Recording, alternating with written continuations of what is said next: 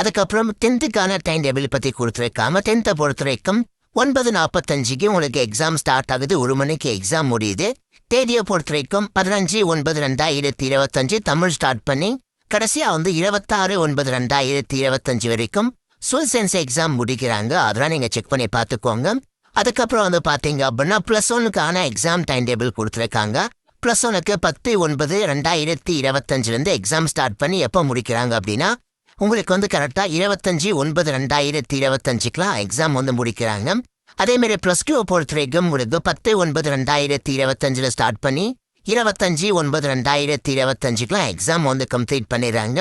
+1க்கு பார்த்தா மதியம் எக்ஸாம் இருக்கும், +2க்கு மார்னிங்கே எக்ஸாம் வைக்கிறாங்க. இதுதாங்க இன்ஃபர்மேஷன். ஸோ எக்ஸாம் ஹாலிடேயை பொறுத்த வரைக்கும் உங்களுக்கு செப்டம்பர் 27ஆம் தேதியிலேருந்து அக்டோபர் 5 வரைக்கும் உங்களுக்கு காலாண்டு விடுமுறை இருக்கு அப்படின்ற மாதிரி ஒரு அறிவிப்பு கொடுத்துருக்காங்க.